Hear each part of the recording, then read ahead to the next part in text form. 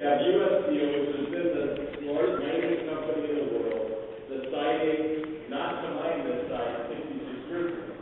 The company we have coming in here today, as the gentleman from Sunbury pointed out, in addition to an environmental violator of stop law, and I'm going to talk a lot about their environmental record and the anti-union record there. But he has no experience in iron mining. You guys, this bill, as a poor gold miner, I can tell you, is fool's. There will be no mine, there will be no mining job, and there will be no taxes paid to the citizens of Congress. This is the Lawyer Full Employment Act, not the Miner Full. The other fundamental problem that Bill pointed out with this slide, and Mr. Speaker, if I can get your attention for just a second, I want you to know I'm not using a prop, I'm only using my hand. But the fundamental problem with this, and when we first designed the gentleman from Meredith, the problem is if this is the ridge, they want, and again, I would have liked to have presented my maps, my diagrams, and my mine plan at the hearing, but the gentlewoman would not allow me to testify along with the other people. So this is the first chance I really had to testify. I do have maps and set charts if you want to see later. Happy to show you.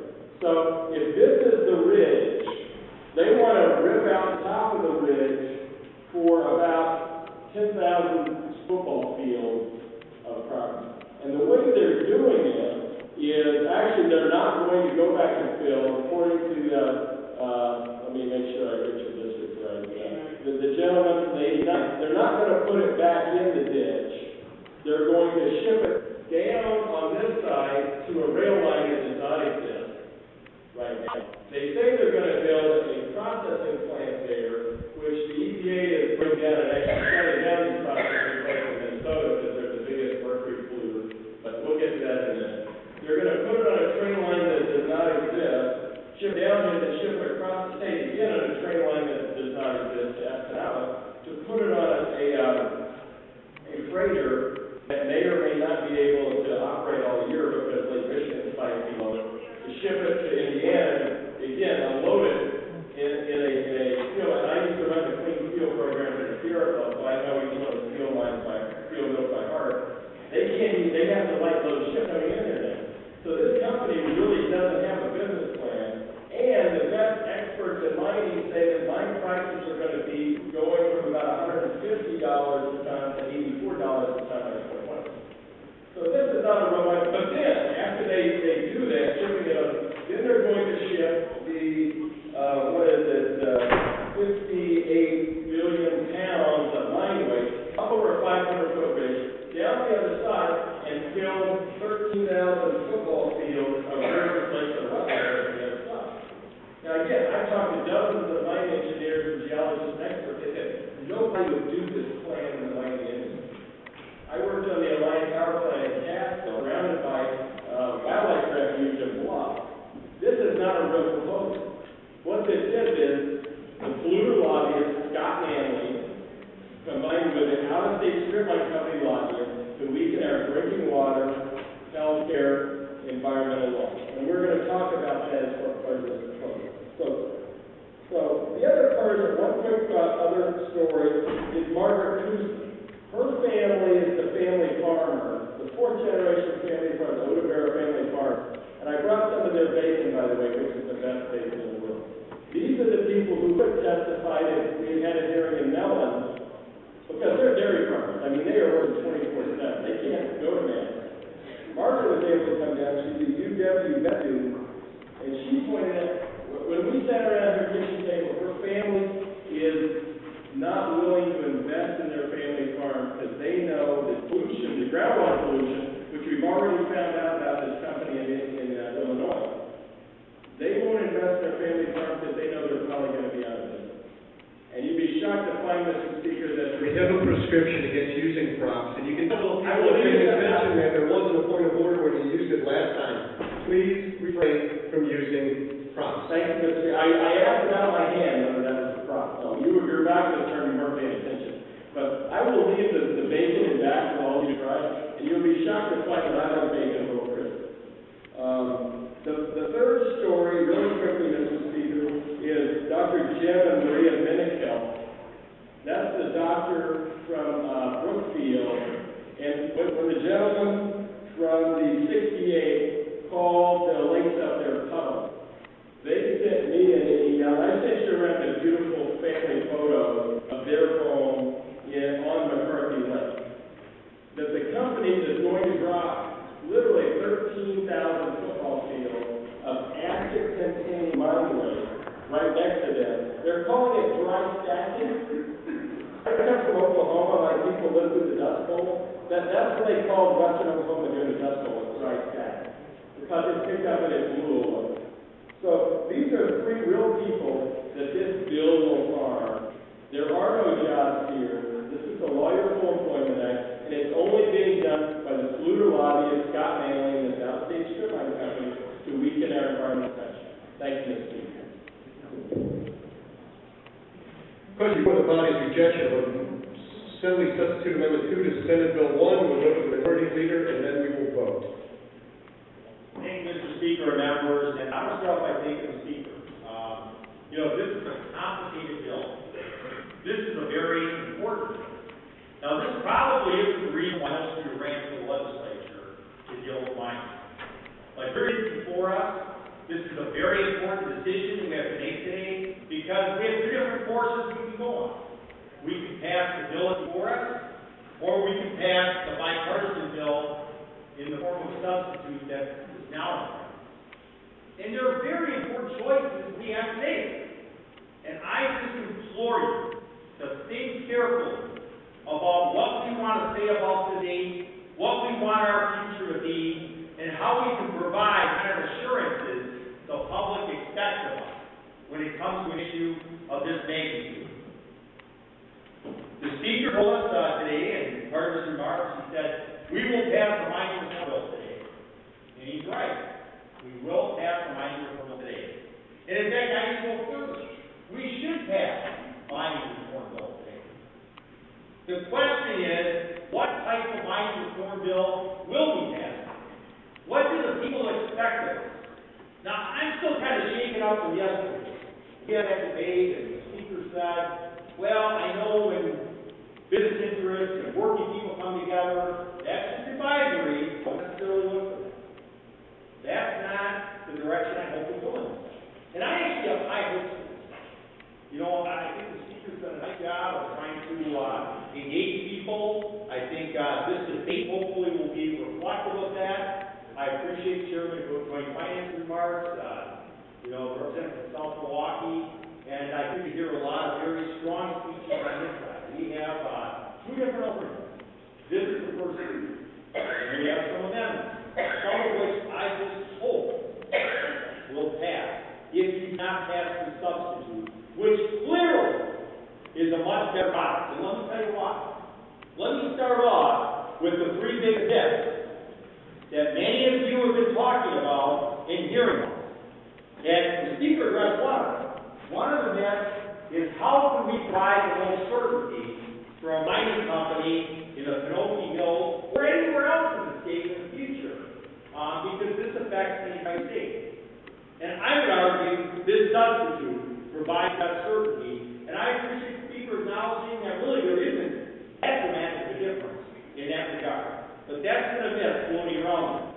Now, a much bigger myth, which you have not acknowledged on your side of the aisle, which will frame much of the debate today, is many of you believe, mistakenly believe, and I talked with you, that somehow we still provide environmental protection in the first Senate bill that's sent over.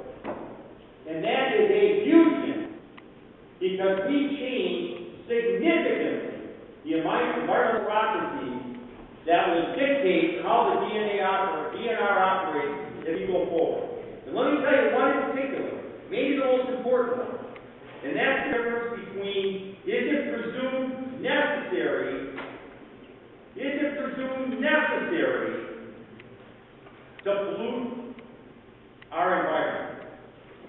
There's a big deviation. And if somebody wants to address that, this would be a great time to address it. I would love to hear a response. Why do you need to change current law? Why, when our current law states that we presume it is unnecessary to pollute our environment, why you want to change that standard.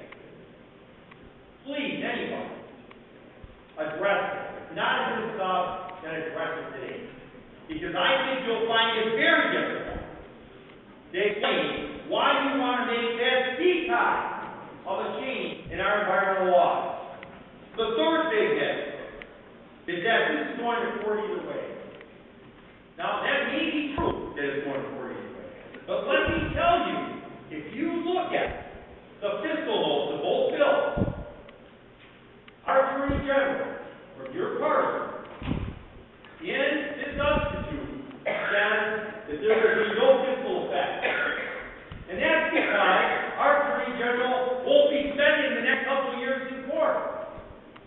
Under the Senate bill that's been sent over here, he can't even begin to estimate how much money he is going to spend. Now let me say one more thing. Please pay attention to this point. This is maybe the most important point in addition to the presumed necessary. There will be mining in this state. But I'll tell you right now, if you pass Senate bill, the most amount of mining will be gold mining for attorneys. We will be spending millions of dollars in defending this new bill. Here it is. Here it is. This is the bill. Not a process, the bill. Over 200 pages. What you're doing in this bill is you are creating a couple hundred pages, roughly, of new environmental restrictions and new environmental processes. That's a whole new body of law that attorneys are going to have a gold mine defending. We do not need to change our law. The bill has been put forward, the bipartisan bill, and it's also important. You have two majorities that led this effort. Two former majority leaders, one a Democrat and one a Republican. Both of these people are earnest, hardworking, bright, capable legislators that work together. If we all ran on it, they work together to craft the bill, to ask the Mining Association, to ask the Tim Sullivans of the world, to ask the Army Corps of Engineers, what would be the best product for Wisconsin? And this is what they've come up with. About a 26-page supplement. Now, my father-in-law grew up on a farm up in Fond du Lac. And, farmers are interesting people. Because, they live every day on the land. And the one piece of advice that I always got from him, and I greatly admired, was keep it simple. Make it clear for farmers of the world. Make it clear what it is you're trying to accomplish. And I ask you, is it really clear? You are gumming up our environmental laws, you are creating uncertainty, and you are creating a gold mine for attorneys. And you are going to cost our state mightily defending this new body of uncertainty you're putting forward in this 200-some page bill. Now, one last point I do want to make, and I'd like to ask you to have a consent to read from printed documents, Speaker. Without objection, thank you. There's been a going on the last 2 days, yesterday, today was the Milwaukee Journal, and it talks about one of the investors, one of the key investors, and their mining history in Illinois. Now, I don't want to impugn the integrity of that investor by any stretch of the imagination. But the facts are facts. And the facts are that what we've learned is that this mining company has done far too little to resolve the long-standing water pollution problem in Illinois. Now, as legislators, we take it over to defend the Constitution. But we also basically make it old to our constituents that we're going to do the best job we can, and I believe all of us want to do that. But think how terrible we are all going to feel 5 to 6 years from now if this mine is ever built, if it does survive the millions of dollars of litigation. If we have to read this type of sentence from Wisconsin instead of Illinois, that the Illinois EPA, think of it to Wisconsin DNR, says that the company hasn't worked fast enough to clean up sulfate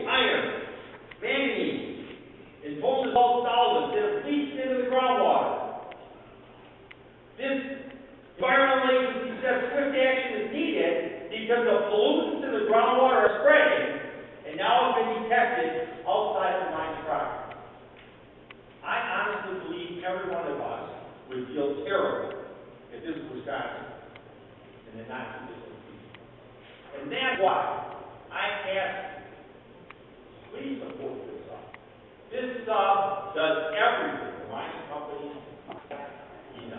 it does everything. The association doesn't need it. They have a strong new mining process for Wisconsin. Now, it may not be everything one company would like to see, but it is everything responsible.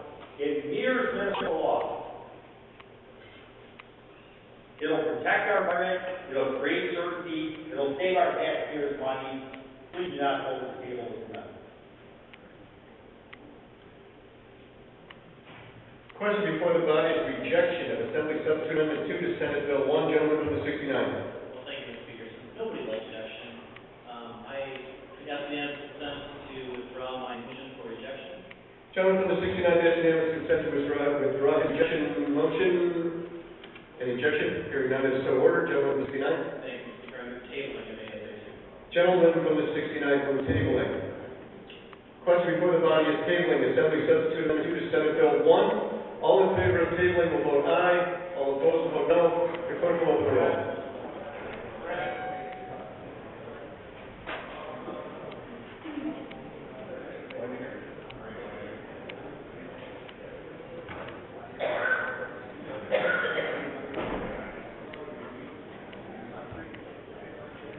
Has everyone recorded their vote? If so, the clerk will call there are 60 ayes and 38 nays. Assembly Substitute Amendment 2 is on the table. Gentleman lady from the 48 for an introduction. Thank you, Mr. Speaker. I rise today to recognize Officer Dexheimer up in the gallery. He's our fabulous North Side officer who does a lot in our community in my district here in the 48th Assembly District to engage and protect our community. And I'm so honored that he's here today watching as we try to protect our community. Thank you.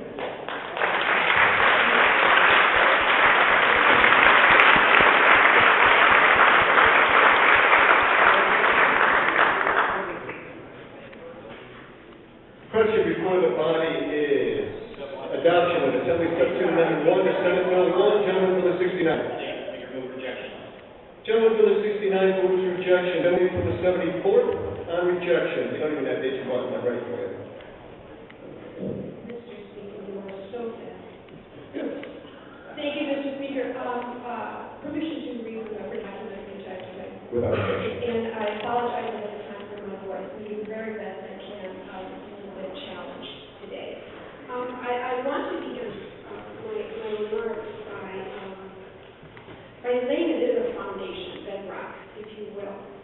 I want to go back in time and talk about how all this came about. It's hard to talk about something like mining when you're in the room with where it's kind of sterile and our words echo off the walls. But I really do hope that you can think about, and just for the next couple minutes, think about being in the North. And I know a number of the members of this body have been in the North and understand that. I first came to Northern Wisconsin in 1977. I was a city kid. I was born and raised in the inner city of Cleveland. But when I went to Northern Wisconsin, I realized pretty quickly that this was going to be my home, and it was going to be the place that I would raise my family. And sure enough, very soon, by 1980, I had my first child, and soon after that, I had two more. And I found myself doing something very interesting. It's called hauling water. Now, Mr. Speaker, I'm not sure if many people in this room know what hauling water means. Perhaps you do if you own a vacation home.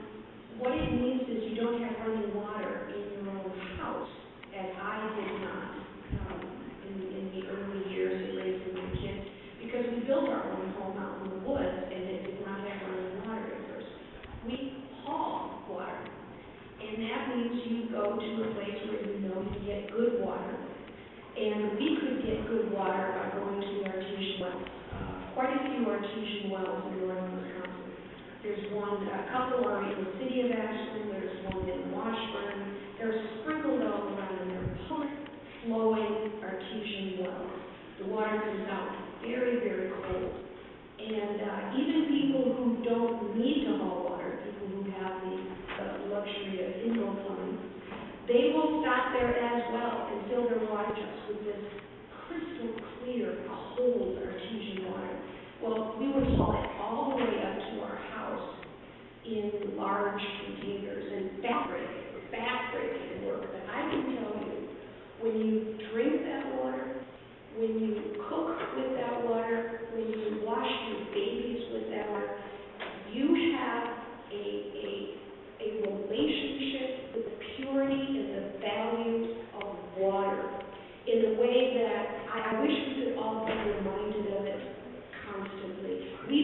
water out of bottles here.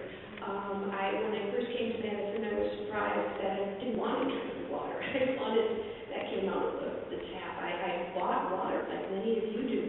But in northern Wisconsin, we are so proud and so blessed to have that water, that to imagine anything happening to it, it is beyond our ability to comprehend. And I just laid that as a foundation, as a bedrock, if you will. And then I also want to talk about where we were back in time. About 2 years ago, and I'll start in 1910, I wish, hardly 1910. In 2010, when I first heard that my company was interested in that, was when I had a conversation. I was running for office with Matt Whitefield from Go Give It Taconite, the brand new company created by the Klein Group. And we had what I thought was a very good conversation, and I remember it because I used that conversation as the bedrock, as the foundation for what I would do for the rest of my relationship with the whole mining issue. He said, we want only to have predictability and a clear-cut timeline. We want no changes to environmental law. We want to look like Minnesota. They do it well there. And I said, do I have your word? He goes, really, we don't want to change environmental law. We don't need to. Wisconsin has a strong tradition. We do not need to change environmental law, and we shook hands. We shook hands.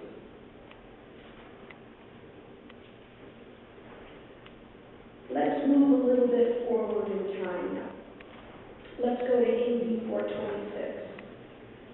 which was so far from leaving environmental law alone that I was a little bit, I was a little bit surprised that we could have gone so quickly from no change in environmental law to something as damaging as AB 426. That I remembered my handshake. And when AB 426 was presented, I proposed a substitute amendment. I said, I'll do exactly what I said I would do. Exactly what I campaigned on to the people of my district, who also heard the promise of the mine and said, yes, but you can't change environmental law. I said, no change in environmental law. Here's the substitute amendment I will propose. I will do everything I said I would do. I will do what you asked. I will propose the Minnesota calendar. I will propose gross tonnage the way Minnesota does it, and we will not even touch environmental law. That's exactly what the mining company requested. It is exactly what we should have done. It obviously didn't pass. And AB 426 did pass this body. It didn't make it in the Senate, and now we're here today. I do not want to continue to go back in time. We are here today. But we need to continue to rely upon what is true, what is the foundation of the decisions that we make, and that has to be our word, and it has to be true. It has to be that. And for that matter, I want to digress for just a moment and reverse some comments that were made by the gentleman from the AAUA. Mining companies do not pay property tax. There will be no revenue from property taxes. The law states that any removal of taxes will be done by what is in current law and net proceeds.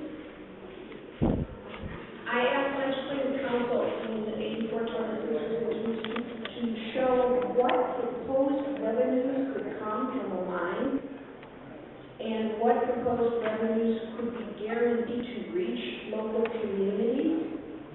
And on the latter question, what revenues could be guaranteed to reach local communities, the only guaranteed revenue to local communities would be what was triggered by the event and what we negotiated in the local agreement. Period. That's it. Sales tax will reach local communities. They don't pay property tax. And they have a net proceeds tax, which means they're going to get money when the mine creates a profit. So we have to be factual about this. And please do not suggest the wonderful amount of money that's going to hit local communities by removing land from managed forests. Managed forest law is an agreement in itself. It is not to substitute income derived from mining. They made a deal that when something is taken out of managed forests, local communities will get money back. That has nothing to do with mining. And to present removing land from managed forests and gaining revenue is because of the mine is not only inaccurate, it's misleading. It's misleading. They deserve the money anyway if they take land out of managed forests. It has nothing to do with the mine. But let's go back to today. Let's go back to the substitute amendment and to the very important needs of the people of the North. And I'm very grateful that someone can make the visit to the northern part of the district to get to know the people of the area.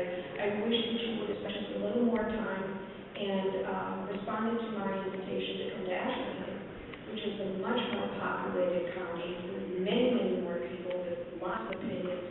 I know that some of you talk to people on a private and invited basis in Iron County. And the people in Iron County have very strong opinions which I honor and I defend and I respect. But you should not presume that you understand the North if you only talk to the people that you want to talk to. It would have been far more informative had you opened up to the public and moved to Ashland County and talk to other people in other parts of the North. All the whole stretch of the area up the North, they have wonderful opinions. They work very hard to be informed, and they deserve to be heard. And I do point out that the bill that we are about to address today, although you may claim, and it is true that this bill has been discussed in other forms, there was no public hearing on this bill in the North. And that bears repeating. There was no public hearing on this bill in the North. Well, let's talk about the bedrock of a person's word and the meaning of handshake. I believe in that. I believe that when you say you're going to do something, that we as legislators must stick to our word. And how we started on no damage, no change to the environmental law, nothing changing that protects our environment. And I'm going to quote the author of the bill, Senator Tiffany. Mining activities resulting in significant adverse impact on wetlands is presumed necessary. Significant adverse impact on wetlands is presumed necessary. I see that as going back on your word. It's going back on your word to the people of the North. When people from this body went north and drank from the streams and looked those people in the eye and said, we will not harm the environment. And then the author of the bill goes back on his word and in the almost last possible moment possible claims adverse impact on wetlands is presumed necessary. That is an insult to the people of the north that you visited with and talked to and promised you would not harm their environment. I take my word seriously. I shook hands over my belief that I could give the mining company what it wanted in a substitute amendment on AB 426. And to honor my word, I did the same today. And I offer a substitute amendment to Senate Bill 1. This does everything that was asked for. It honors the word of the people who came forward and said they were interested in changing our laws. It honors what I told the people of the North about what I was willing and not willing to do, and their agreement that, yes, this is appropriate. It is appropriate to streamline the process into a manageable and predictable timeline, as long as no environmental laws are changed. And we do want to follow the example of Minnesota and convert net proceeds to gross tonnage. Very simple facts in the substitute. It couldn't be more simple. It is identical to what I did on AB 426, and it's what I'm doing today. I take my word seriously, and I am honoring what I said I would do then, and I am honoring the agreement, the handshake that I had well over 2 years ago. Therefore, the vote is read unto you. Thank you. Question before the body is rejection of Assembly Substitute Amendment 1 to Senate Bill 1. Gentleman from the 21st.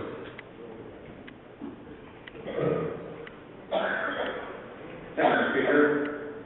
Just to touch on a few points that were discussed earlier on the substitute amendment. We're hearing things about an article in Illinois, and I have the same article that the minority leader has, Representative Tuscany. And as I read it, and I too would want to impunity any company coming to Wisconsin that want to create good jobs. But as I read it, I note that the subsidiary of the Klein Group purchased a coal mine down in Illinois, and they purchased it with the intent of cleaning up an existing problem from a previous owner, which was an oil company. So it kind of depends how you read these articles. I think it's rather noble that a subsidiary of the Klein Group purchased the mine knowing they have to clean it up for the state of Illinois. Now, honestly, in the article, it does go into Illinois is getting their campaign, and they want to finish up. They want to get the pollution cleaned up, and, you know, good can down for that. But I just want to clear the air on that particular article. And secondly, we heard this morning already too that Representative 78 was talking about some mysterious rail line that doesn't exist. Well, he too, that's right. But it's my understanding that when the mine gets open, the company will build a rail line at their expense. And you know what? That creates more good Wisconsin jobs, building rail lines. And last but not least, another couple of details. This is just a little humble advice to my Democrat friends. This morning, we've already heard comments like, this is a bill for gold mining for attorneys? This is the Full Employment Attorney Act? My goodness gracious, you really want to be the Democrat Party that says every piece of legislation you pass, we're going to stick attorneys on you? I'm not so sure the citizens of Wisconsin love hearing that if something goes wrong, the Democrats are going to get the attorneys out. Here they come. The bad piece of legislation. Let's stop the whole show. That's my humble opinion, but I hope it doesn't get to that in this state because Wisconsin's hard to report. Thank you. Question before the body is a rejection of Assembly Substitute Amendment 1 to Senate Bill 1. Gentlelady from the 71st. Thank you, Mr. President.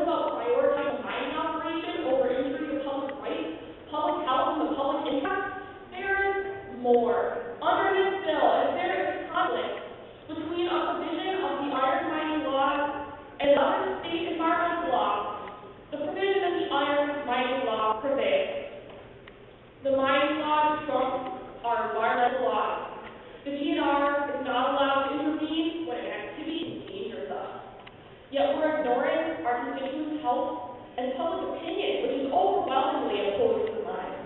All for what? For a law that governs all mines in the state, written for an out-of-state company. It sets a dangerous precedent. This precedent says it's perfectly acceptable to write a bill for an out-of-state company and strip away our most important environmental decisions, the ones our state has been proud to uphold for hundreds of years, the ones that keep us alive. This bill is about minimizing responsibility to maximize profit, all for the false promise of jobs that will never come. Mr. Speaker, 99% of my constituents from central Wisconsin contacted me are strongly and passionately opposed to this mine, and that's why I'm standing here today to talk to all of you. The will of the people is the law of the land. I will say that again. The will of the people, not the mining company, is the law of the land. I challenge you all to do the right thing today and support this amendment, which is a clear alternative to this destructive bill and which will keep environmental protection in place. From the very beginning of the discussions on the bill, which I followed very closely, many of you have proudly asserted that there will be no changes to environmental standards. We should all be proud to support this bill because the environment will be protected. Well, if you don't believe everything that I just told you, which is all directly from the bill, I just want to challenge you guys today. I want to challenge you to make good on that. I want you to prove to me, the onus is on you, to show me that that water was not too polluted. I challenge you to visit every mine site cited by Senate Bill 1 and pass it. I challenge you to go up there, should the mine make Pinocchio. I challenge you to go to Beardown Hills, should the mine make Beardown Hills. I challenge you to go to every single mine site you will proudly want to see in our state. And I challenge you to go to the nearest watershed and drink from that watershed, or drink from that private well nearest the mine. And see if there's any chemical contaminants. See if you can actually drink 8 ounces of water from that. Because the people of this state will have to live with it. And should you not have to, they still do. So please make good on that promise to me, that there are no changes in the environmental standards. I'd like to see it. And you can start by drinking a glass of water from the nearest watershed. When the Back River Tribe testified so passionately and with such great candor at the only mine mill hearings they had this session, they testified from a place of truth. They talked about their wild rights, they talked about their energy, they talked about their water, and you know what they said? They said that supporting the bill would be equivalent to genocide. And I'm saying that today because they said that you should listen to them. Polluting an entitled watershed for profit is contributing to genocide. And history is on their side. But history will remember us as the legislature that placed Wisconsin on the auction block, the one that decided that we could stop protecting our people. If you vote for this bill, if you forget about the people and vote for the small profit, you and the city assembly remember its history, its shame.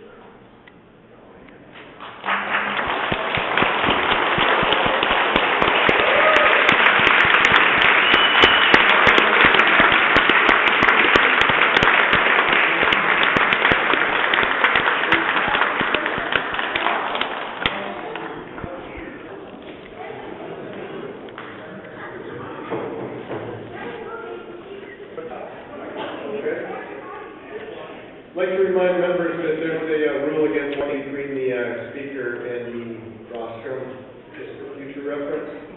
Question before the body is rejection of Assembly Substitute Amendment 1 to Senate Bill 1. Generally, amendment for the 14th with an introduction. Thank you, Mr. Speaker. I have 3 interns I'd like to introduce from Marion Baptist. 2 of them are accounting majors, and they make some good PowerPoints. Very good PowerPoints. But Thomas Woodby, thank you. And also Kyle Coons. He played basketball there. That's how they say on the basketball court. Whenever he jumps it, they go Coons. That's what it says. All right. And then Michael Dean as well. And Scott Slater, give him a round of applause.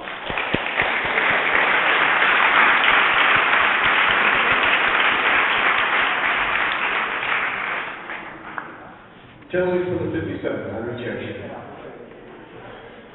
Thank you, Mr. Speaker. I write because I do not support SB 1. SB 1 is a disaster in the making, both an environmental and an economic disaster in the making. We have an opportunity to avoid this disaster by supporting the substitute amendment in front of us. I write in support of this substitute amendment to SB 1 because this substitute is a better choice for our body. As mentioned by the general lady from the 74th, this substitute does what the mining company asked us to do. The substitute sets a timeline which is reasonable and provides certainty for a company that intends to mine iron ore. The substitute does not change environmental protections, nor does it allow a mining company to be exempt from those environmental protections. The substitute also supports the local communities by making sure a mining company pays their fair share of the cost of doing business instead of letting the mining company off the hook for much of the cost of doing business. The substitute sets up a tax system that makes sure the local communities and the state of Wisconsin are not left holding an empty purse during and after the mining process.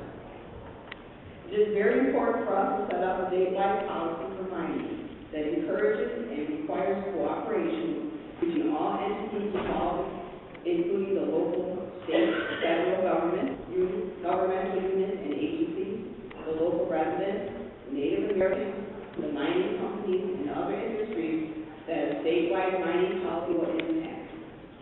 It is important for us to recognize that the history of mining in the state of Wisconsin is very different from what is being proposed right now. If we allow the mining to happen in the filthy range under SB 1, we will have a problem on hands. An open pit mine is vastly different than the shaft mines of these types of mines are not interchangeable, and we, the state assembly, must recognize this difference. SB 1, as it stands, is an environmental and economic disaster waiting to happen. I do not say this lightly. I understand that there is a great need for economic development and economic stability in our northern counties. SB 1 will not provide that for the northern Wisconsin. In other parts of our country, mining has not proven to be the economic driver that it is being presented as. Mr. Speaker, may I read some official documents? Without objection. Thank you. Dr. Thomas Michael Howard, a professor of economics at the University of Montana, conducted a study in 2007 of mining impact on Minnesota. And this is what he found. Employment in the Minnesota iron ore industry declined by 83% since 1979, reaching an all-time low in 2005. Despite similar levels of iron ore production in 79 as compared to 2000. That's because of automation in the mining process. He also found that mining relies on volatile